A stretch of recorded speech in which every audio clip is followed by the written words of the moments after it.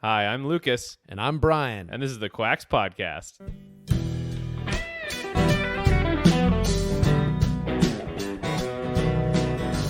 Hello, everybody. Welcome to the podcast for today. It is 11/19, podcast number 39. Welcome, Brian. How's it going? Hey, how are you, Lucas? I'm good, man. What's going on? Not much. What, number 39? Wow. Yeah, I know. We've been doing a lot of these, huh? Cool. Yeah. I blinked. It seemed like it was 14. I know. It's 39. In February, it's going to be a year, which is pretty awesome. Yeah, that is awesome.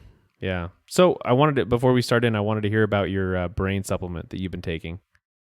Oh, well, then you're going to ask me all the ingredients and specifics of it. I've been interested in some of these nootropics, smart drugs and different things like that. And I started taking something called Ciltep, Ciltep. And you take it on an empty stomach. And I was kind of giving up caffeine at the same time. And the first couple of days that I took it, it really pepped my brain up and gave me a little boost of energy. And I didn't feel any of those caffeine effects, but I definitely felt alert. And I felt alert, having a series of strokes. And that brain supplement seems to be working great. It is working great. I do change vowels around quite a bit. All right, now. so you tried it. It made you feel more awake. It did, and I had to write. So I have to write stuff, do some copywriting for your stuff. job. Yeah, for work early in the morning, and sometimes it's a little slow going. But I noticed I'd take that stuff before I left the house, and by the time I got to work, I was like raring to go. I would sit down and just start pounding out the words. It was pretty amazing. That's awesome. What was it called one more time? Ciltep. Ciltep. Ciltep. And you ran out of it. I did run out. It was a little tester. Yeah. How have you felt since running out? Did you have a big come down? Not at all. Okay. But cool. I have been taking dopamine inhibitors or uppers. Like what? it's just this stuff I've been taking. It's the same company. God, this sounds so half-baked because I do not remember the name. It's something really random, but it's their dopamine builder, and I've been taking that over the last few days too. Is this kind of inspired by our talks of dopamine and serotonin? I was already interested, but it definitely boosted me over the edge. Once I realized that you were doing some of this stuff and you had experimented on yourself with some of these, like a dopamine booster you were taking type thing. Yeah. And I was so disheartened. I found myself literally, I was like, oh my God, he doesn't have any more. I wanted to try that. So I've for some reason, I've always kind of gravitated towards this nootropic type research. I like it. And I just decided I was going to jump into it. It was the right time. I was quitting caffeine. I was trying a couple other things, eliminating from my life. And it worked. And I'm eager to get more. Cool, man. Yeah. That's awesome. Yeah, so we'll see what happens. Yeah, we just talked. I don't know if you listened to the last one, but we did an interview with a guy, and he has a supplement out called Brain X. Well, he's releasing it. It's all about boosting dopamine. And it was really interesting. So that seems to be the theme right now. People are digging on that stuff. Yeah, people want to be smarter. I mean, look at society as a whole. Everyone seems to be getting dumber. I mean, I ask just kids and some millennials just basic questions that I learned through education that I learned a lot longer, way further back than they would have learned it. And they just, What's that? Walter Mondale who? Geraldine Ferraro who? You wouldn't know either of those people either. Those are politicians from way back. Some types of comics or politicians. Okay. Yeah, they're a comic team. They're a vaudevillian movie critics, team. Right? Famous movie. She was the first. Actually, Geraldine Ferraro was the first woman to ever run for vice president. Oh, good to know. And she ran with Walter Mondale, and they went against, I think, Reagan. Oh, they didn't fare well. They did poorly. Yes. Okay. So for this week, we're just going to talk about the news, but I had a question come in from a listener about canker sores and what can be done about them. Do you ever get canker sores? I do. All right. Well, this is for you and for Keegan. So canker sores, they usually come from an acidic mouth environment. Now, if you ask a medical professional, they're going to tell you that the true cause of canker sores is unknown, and they kind of posit that it could be from bacteria like H. pylori, which is the bacteria that causes ulcers, or possibly connected to digestive issues like IBS or ulcerative colitis, but they'll basically say they don't know where they come from. But if you look around the web forums, the consensus seems to be that an acidic environment in the mouth is the explanation that has some legs. That makes sense. Yeah, and I always want to find an explanation that, informs you in a way you can do something about the problem, not just, well, who knows where it's from. Right. Now, an acidic environment in the mouth can be addressed by avoiding certain very acidic or allergenic foods like chocolate, coffee, strawberries, eggs, nuts, cheese, orange juice, tomatoes, tomato paste, tomato juice, just anything tomatoes. Tomato burger. Yep, tomato burger. That's about it. Spicy foods. And this is one of those cases where writing down what you eat when you get a canker sore it's a really good move. It's most likely you're going to see a pattern of eating at a certain restaurant, or maybe having Italian food or something like that, where you can address the problem by adjusting your diet. It's funny you bring that up, because I'm dealing with a situation right now. I don't know if it's a canker sore or if I bit the side of my mouth and it's mimicking a canker sore, but I have my own therapy for canker sores, and it's really? pretty much foolproof. Anyone I've given it to is helped. What is it? Food grade hydrogen peroxide, 2/3 distilled to 1/3 solution. When you say distilled, you mean diluted? No, 2/3 distilled water. I should. Oh, okay, I'm gotcha. shortening it. Gotcha. 2/3 distilled water to 31% of the, or 1/3 of the 35% solution, and I'm telling you right now, I take a dropper of that and then put it in about a half ounce of water, swish it around my mouth. Anyone I've told, from my daughter, my family, certain friends that I've turned it on to, instantaneous. It gets rid of canker sores. Wow. Because now it makes sense. I didn't think about why, other than the fact that maybe there was some antimicrobial aspect. There was some bacteria in there. It's acidity. It's an alkalizer. Yeah. So that's alkalizing your mouth, which is negating some of those acidic compounds that you're saying actually cause these things. Yeah, totally. So I'm like, wow, so cool. You tied it together. You figured that out. Or did you hear that from somewhere? Or? I had heard it from, I can't remember who actually told me that the first time. I get all these people coming in the store, the cult of hydrogen peroxide, that they've all told me little tidbits about this stuff. But I tried it because I already had this stuff. It worked. First time I did it. So, I mean, it's pretty amazing. That is cool. So on that same vein, like making your mouth more alkaline, you can use certain like mouthwashes. Mm-hmm. There's one called Closest that I purchased a few times. That one works really well.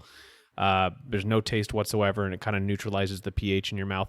Or you can put a teaspoon of baking soda in some water and just swish it around. I've heard that'll alkalize your mouth pretty quickly. I've heard a combination of baking soda with raw apple cider vinegar too. Ooh, I know. It seems like an acidic compound. Sounds like it might hurt. People take it as an alkalizer though. People will take it before they eat. People will take it to alkalize themselves, much the same way that a spastic child will take speed to slow themselves down, Yeah, but I don't think the vinegar itself is alkaline. It's acidic, but doesn't it, when it breaks down, it becomes alkaline? I think so. But there's something about the baking soda aspect of it, too, that I think emulsifies it prior to it hitting the stomach acid. Because I have heard that, too, and I know that people use it on their teeth as well. Okay. Yeah. Interesting. Now, if all that still doesn't work, there is a supplement you can try. It's called sea buckthorn oil. There was a study from the late 80s that treated something like 60 kids with topical sea buckthorn oil. And after 3 to 5 days of putting this oil on topically on canker sores, like 3 to 4 times a day, 90% of the kids did not have canker sores anymore. Wow. So that seems pretty effective. And you can get sea buckthorn, pretty cheaply from health food stores. It comes in soft gels, so you might have to puncture a soft gel and get the oil and kind of apply it topically that way a few times a day. But anyway, yeah, that kind of I grow my own. that addresses canker sores pretty much. Yeah, you got some good strategies there, Keegan. Yeah, right. Cool. Keegan, you said? Yeah, he's the one who asked me about it. Oh, okay. There you go, Keegan. All right, cool. So, a couple articles. First article I want to talk about is on tattoos and some potential issues around tattoos. There was an article that came out on Mercola saying basically that tattoo ink could be bad. So I decided to look into what studies have been done around tattoo inks. Turns out incredibly little. And Really? yeah, and in the process, I found that tattoo ink was relatively unregulated by any government agency. I've thought about that people just pump that forever ink into their body. Yeah. Well, supposedly they're under the jurisdiction of the FDA, but the FDA put out this statement basically saying they're going to take a pass on dealing with them as, they're not a traditional area of regulation for them. Yet every millennial's got neck tattoos now and younger. I mean, they're covered in these things now. Yeah, there's some neck tattoos out there that are really distasteful. Well, I just think it sets a bad precedent. And I don't mean I'm going to come off sounding like an old man, but maybe I just look at it from a standpoint that you're trying to find work or you're meeting people or whatever, Yeah. for the first time, that's an impression that is left. That back in my day, if I would have walked into, a work situation, if I was looking for work and I had a neck tattoo, I'd probably get a pass, 15 years ago. Eventually, everyone will have neck tattoos. They already do. And so they'll be the ones doing the interviewing, and it'll just be cool. Exactly. But, you'd think a little regulation would probably be okay. Like, I'm not a big fan of regulation. I think regulation, I always want less. Right. But you think just a little would be good. For something that's so popular like that is part of our culture, Yeah. But it's just when you see, and I don't care if people have tattoos, that's great. I really don't judge you if you're covered in tattoos, but I do look at it from a health standpoint saying, you've got this ink, an unregulated ink everywhere on your body, sleeves going on. I mean, people some have that pure black. They'll just take their arm and just make a black blotch, on their entire arm. And I'm like, oh my, that's just pure ink. Yeah. Forever. What happens when you're 20 years down the line and you're going, maybe I don't want that? It's like wearing a shirt that you hate forever. Yeah. I saw a guy with a tattoo where his whole arm was dark, and then on his wrist was like this bolt. And so it looked like he had replaced his arm with a tool. Like at the end of it was a wrench, I should say, not a bolt, but like a wrench. Oh my And so gosh. it was just, it just looked, his arm looked like a tool. It was bizarre. I understand for Halloween, but won't you in 10 years be tired of that? I would think. Maybe. Yeah, maybe. Maybe not. Maybe. So I did some research on this. About 1 in 5 adults have tattoos in the U.S., according to the 2008 Harris poll. And given their popularity, that number has probably risen since then, above 1 in 5. So researchers from the NYU Langone Medical Center did a small survey in New York and found that around 10% of people who get tattoos experience some type of abnormal reaction like pain, rash, or infection that required an antibiotic. Now, interestingly, some of those reactions lingered for long amounts of time, particularly in those who received tattoos that used red ink. Yes, that makes sense. Yeah, so I did some snooping around, and I found a tattoo artist online who said that their clients who have adverse reactions to cheap jewelry, the kind that have nickel in them, they're the ones who usually react to the red ink. So a possible cause for the sensitivity to red ink could be linked to nickel sensitivity. And this would also apply to like purple and pink and orange, other colors, depending on how much red they have mixed into them. Now, interestingly enough, at one point, cinnabar was used as a red pigment for tattoos, although it's largely been kind of phased out. Now, for those who don't know what cinnabar is, I have no idea. It's an awesome history. It has a great history, like going back millennia. It's a reddish ore that was used as a pigment called vermilion in ancient paintings and statues and pottery, among other things.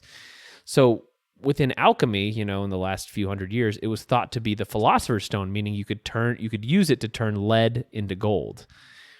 Its actual mineral content, though, is mercury sulfide, and it is super toxic. So, oh my god, yeah. So bummer for all those alchemists who downed, this stuff, dreaming of eternal life. It was the totally opposite of that. Now, luckily, they're not using this in tattoos as much, but they are still using cadmium, which is a heavy metal, but makes a nice red pigment. So, all that is to say, red inks just cause problems. Well, look at red M&Ms too. Yeah. What? This is red dyes in general. I'm wary of them. Yeah. Because when I was a kid, you couldn't eat the red M&Ms because they caused cancer. What? You never heard that? I've heard of like well, red you're 40, much younger than the I dye am. being bad, but They pulled the red M&Ms. They had to stop making red M&Ms for a long time because the Really? dye was causing cancer, linked to cancer. Really? Yes. Wow, that's hilarious. This is in like the late 70s. Okay. 80s, early 80s. Yeah, that's true. Wow, that's nuts. The other color that kind of gets the most cases of reported irritation is black.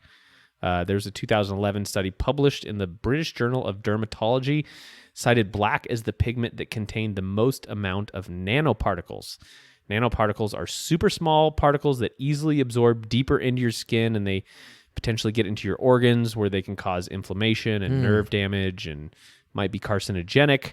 So black tattoo inks are usually based on soot, and they may contain hazardous polycyclic aromatic hydrocarbons and phenol, which causes all kinds of inflammation and issues. So please rethink that mom tattoo on your shoulder. So yeah, bottom line, red and black ink seem to be the worst ink colors out there health-wise. And black is by far the most prevalent. Totally. Yeah. Nanoparticles? Nanoparticles. Oh, yeah. And I've been thinking about getting another one. You know what had the least amount of nanoparticles was white ink.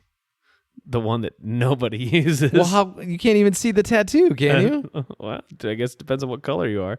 That's true. All inks could potentially cause Spoken like issues, a true cracker. right?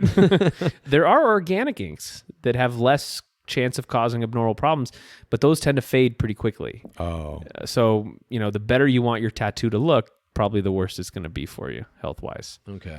Yeah, and I was just pretty surprised there wasn't much research done on tattoos in general. It's kind of They've been around for a while. I know, it's kind of a roll of the dice, I think, long-term complication-wise. And given how many people are getting these days, I think we'll find out in the next few decades, how harmless or harmful they may be. I have a tattoo with a bunch of color in it. Really? Now I'm starting to freak out because I'm going, there's no red, though. Oh, good. Yellow, green, blue. Ooh, I don't think there's red. I'm going to have to look at it again. All right. I've only had it for 20 years. Yeah, you're probably okay at this point, I'm right? fine. No problem. I'm not going to lose my hair or anything.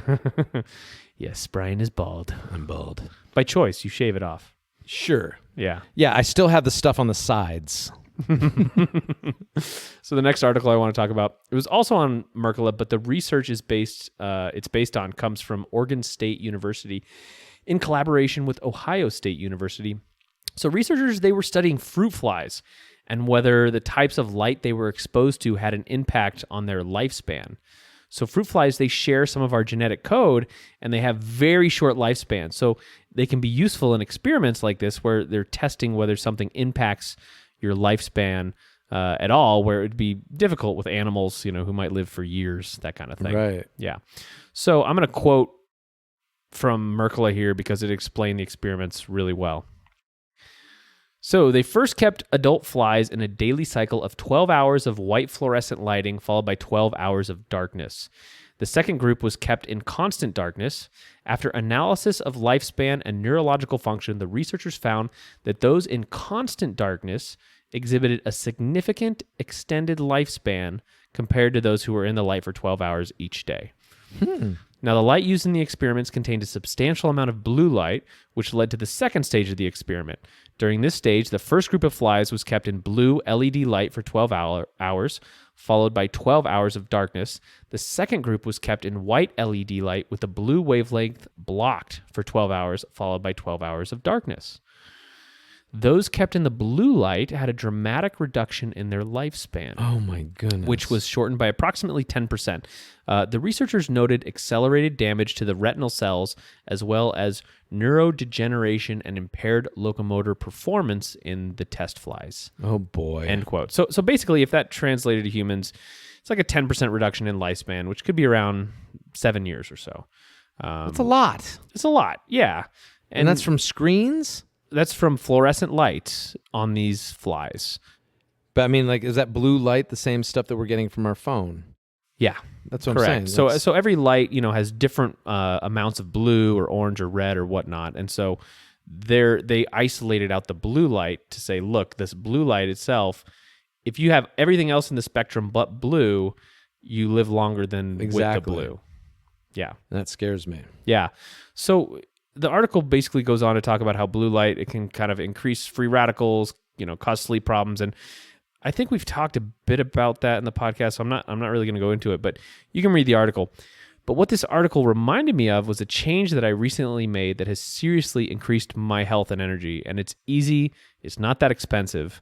And I've been rolling on it for about 3 months.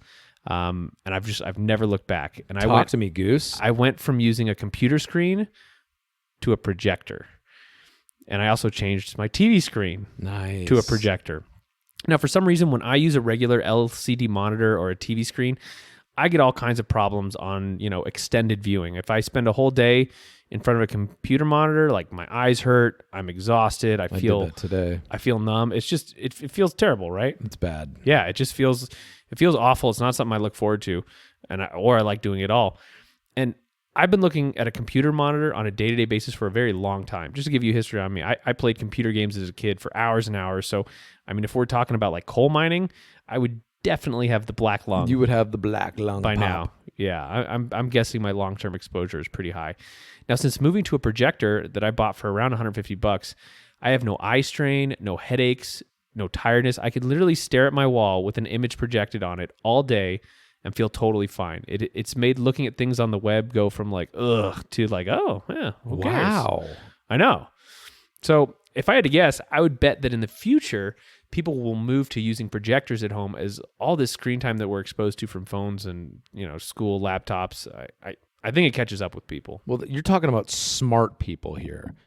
Because I just think of the ease and access of everyone having that phone or having these screens all around them. How many people are going to go, they're going, ugh, I'm not going to go get a projector. I'm not going to, smart people would. Yeah. And I'm going to go get one now that you're telling me this because I spend a lot of time on here. I don't know how my coworkers are going to feel about it. I'm just going to tell them not to walk past that wall. This is my workspace now. Yeah, mine has quite a bit of distance between the wall and the projector, probably like 10 feet. I don't know how it would work like at a desk. Could you get a projector that's super small and would do just like a little square image? I don't know. But at home, for sure, I want to get this. Yeah.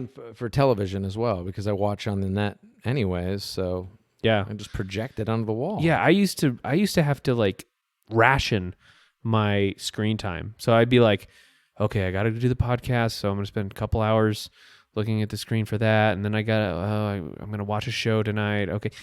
And I didn't want to go over a certain point because after I went over a certain point, I just start to feel like garbage. Yeah. But with this thing, it made things so much easier with the projector. So this is an aside. Did you get Disney Plus that came out this week? No, I did not. Okay, good for you. What is it? I'm a sucker.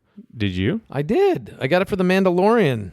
Oh, yeah. I've heard that's good. It's fantastic. Is it really? It's really good, dude. It's a movie or what? It's a TV show. It's the first Star Wars live-action television show. Okay. How many episodes are there? There's been 2. There's going to be 8, but I can tell that there was probably 6, and they go, let's string it out a little, because the last one was like a half an hour long. Okay. But very well done. Yeah.